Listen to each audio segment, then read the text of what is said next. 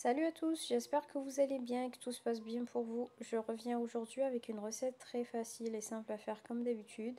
Ça fait un bon petit moment que je n'ai pas filmé de recette, du coup j'ai décidé de revenir avec une recette simple à réaliser avec des ingrédients qu'on a tous à la maison mais avec un rendu assez sympa. Donc c'est une recette d'une crème dessert goût caramel avec des spéculoos. Je commence tout d'abord par mélanger le lait avec la farine et la maïzena à froid pour bien diluer la farine et la maïzena, éviter les grumeaux une fois que la crème chauffe. Donc c'est très important de faire ce mélange à froid avant de mettre le tout sur le feu. Une fois que j'ai fini cette étape, je passe au caramel en mettant mon sucre dans ma casserole. Alors je ne rajoute absolument rien au sucre, je fais un caramel juste avec le sucre. Une fois que le sucre a commencé à fondre, je commence à remuer un petit peu pour faire fondre le petit sucre qui reste. Faites attention à ne pas trop laisser le sucre caraméliser, sinon vous allez avoir un goût amer. Donc ne laissez pas trop foncer le sucre. Dès qu'il devient comme ça, avec cette couleur assez sympa, rajoutez le beurre et mélangez bien le tout avant de commencer à rajouter le lait petit à petit. Alors pour cette recette, normalement la quantité de sucre est plus importante que celle que j'ai mis. Personnellement j'ai utilisé 120 grammes, mais vous pouvez utiliser jusqu'à 150 à 200 grammes de sucre si vous voulez une couleur plus foncée et un goût caramel plus prononcé. Mais personnellement j'ai diminué la quantité de sucre. Bon, maintenant je pense que vous avez pris l'habitude, hein, je diminue toujours les quantités de sucre dans les recettes.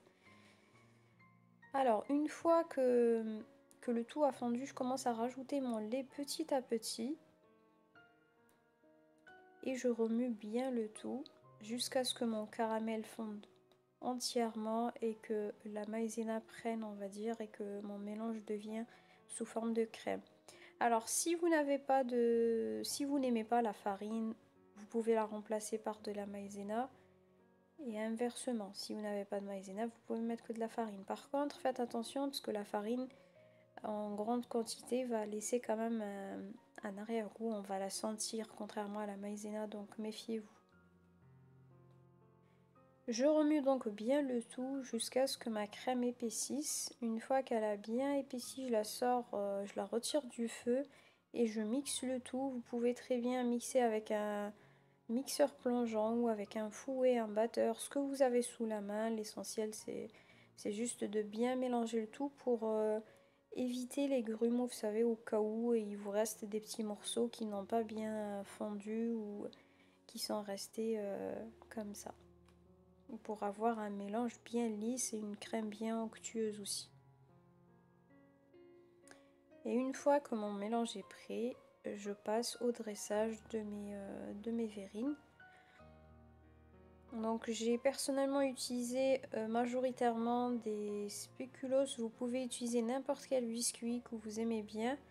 J'ai aussi mis un petit peu d'Oreo aussi, si vous aimez bien, vous pouvez faire ça.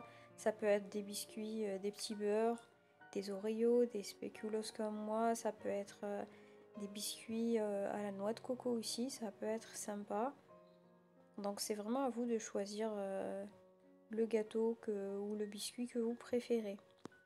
Donc je mets dans le fond de mes verrines l'équivalent d'une cuillère à soupe à peu près de biscuits et puis je mets de la crème par dessus.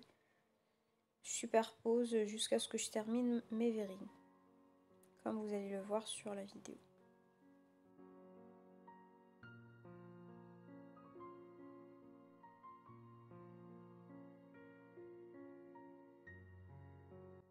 Une fois que j'ai rajouté la crème, je mets une autre couche de biscuits, mais par contre je mets que sur le côté pour éviter d'avoir trop de biscuits et que le dessert ne soit pas trop sucré.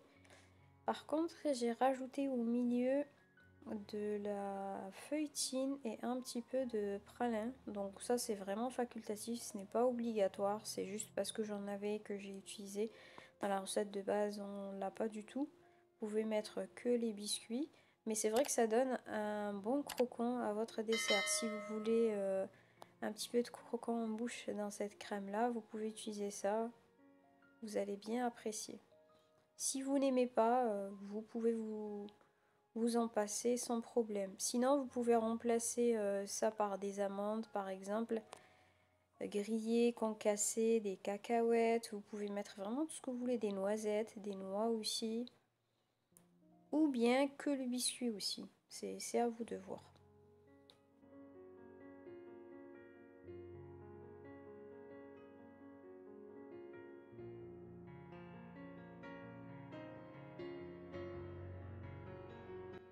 Alors, une fois que mes verrines sont prêtes, je vais faire la dernière couche. Donc, je vais utiliser de la pâte à tartiner goût spéculoos pour faire appeler les petits biscuits que j'ai utilisés. Vous pouvez aussi utiliser de la pâte à tartiner classique ou bien faire une ganache au chocolat blanc ou bien au chocolat noir ou au lait aussi, en mettant 100 g de chocolat pour 150 g de crème pour que votre ganache